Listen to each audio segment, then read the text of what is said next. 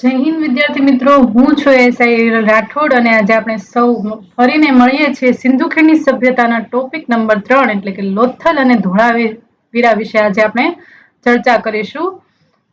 તો ચાલો આપણે શરૂઆત કરીએ. લોથલ વિશે થોડીક માહિતી મેળવશું.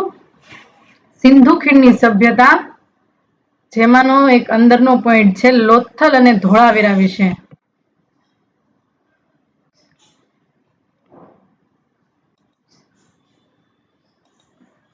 તમે બધા જાણો છો કે લોથલનો અર્થ શું થાય છે? લાશ કે મૃતદેહનું સ્થળ. તેનું સ્થાન ક્યાં આવેલું છે? ગુજરાતના અમદાવાદ જિલ્લાના ધોળકા તાલુકામાં આવેલ સરગવાલા ગામ પાસે ભોગાવો નદીના કિનારે આવેલ છે. સંશોધન પહેલા કહેવાતું હતું કે લોથલ દરિયાથી 5 કિલોમીટર દૂર હતું. અત્યારે તે 15 કિલોમીટરનો ગાળો વધી ગયો છે. તેનું સંશોધન વર્ષ ઈસવીસન 1954માં અને તેના ઉત્ખનન કરતા S.R. રાવ છે. તો લોથલની વિશેષતા વિશે આપણે થોડુંક જાણીએ, કારણ કે તમારે ટોપિક આપી દીધા છે સિંધુ ખીણની સભ્યતા, તેમાં તમારે આ અંદરના નાના નાના પોઈન્ટ છે તો તમારે તેને ડીપમાં કરવાના છે. એટલા માટે હું તમારી માટે ડીપમાં માહિતી લઈને પીડીએફ બનાવી છે. તો તેની વિશેષતા શું છે? વિશ્વનું સૌથી જૂનું પ્રાચીન જ્ઞાત બંદર છે.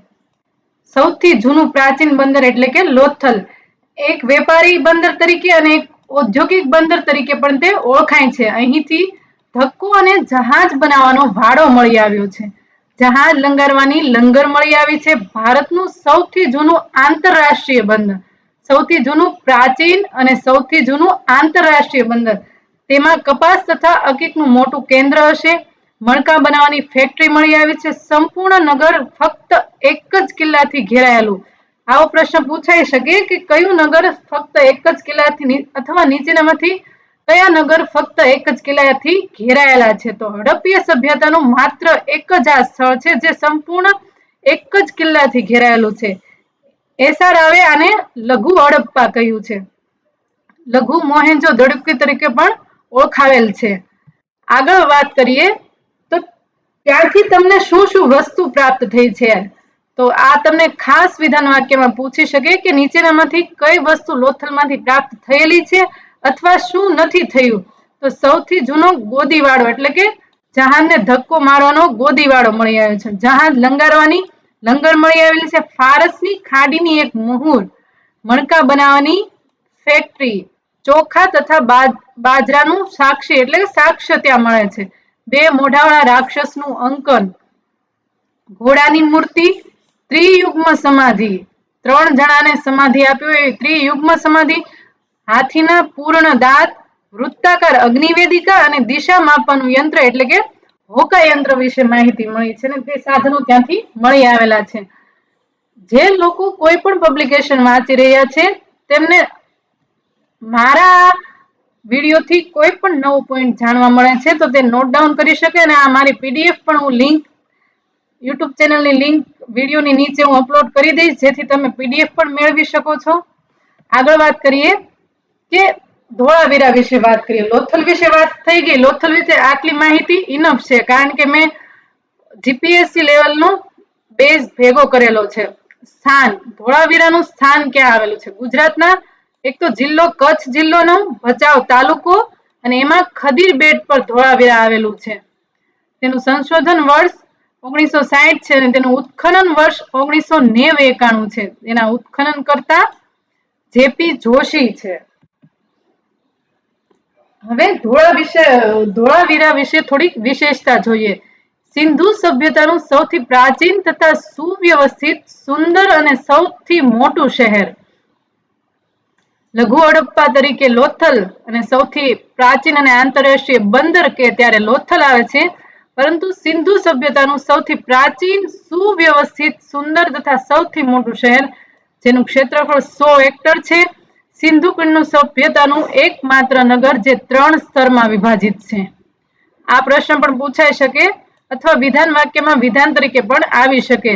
તેના 3 સ્તર કયા છે? એક તો દુર્ગ છે, મધ્યનગર અને નીચલું નગર. અહીં રેઇન વોટર હાર્વેસ્ટિંગ સિસ્ટમનું પ્રમાણ જોવા મળે છે, જેમાં રેઇન વોટર હાર્વેસ્ટિંગ સિસ્ટમ એટલે કે જેમાં વરસાદના પાણીને સીધું ઝીલીને નિકો દ્વારા 3 જેટલા વિશાળ હોજમાં એકઠું કરવામાં આવતું, જેથી સંગ્રહ કરેલા પાણીનો ઉપયોગ કરી શકાતો. આના કારણે તે સૌથી પ્રાચીન વોટર મેનેજમેન્ટનો પ્રયોગ ધોળાવીરામાં જોવા મળે છે એવું માનવામાં આવે છે. સ્ટેડિયમનું પ્રમાણ પણ મળેલ છે, એટલે કે રમત ગમતના મેદાનનું પ્રમાણ જોવા મળે છે. સાઇન બોર્ડ પણ મળી આવ્યા છે. આ ઉપરાંત કઈ કઈ વસ્તુ મળી આવેલી છે તો જોઈએ તો rain water harvesting system, stadium એટલે કે રમત ગમતનું મેદાન, સાઇન બોર્ડ, ઘોડાની કલાકૃતિના અવશેષ, પોલિશદાર સફેદ પાષાણખંડ, સિંધુ લિપિના 10 અક્ષરો. જે સાઇન બોર્ડ મળી આવ્યું છે તે સિંધુ લિપિના 10 અક્ષરો છે. તાંબુ ગાળવાની ભઠ્ઠી, સોનાના ઘરેણા, મણકા અને વીંટી મળી આવી છે.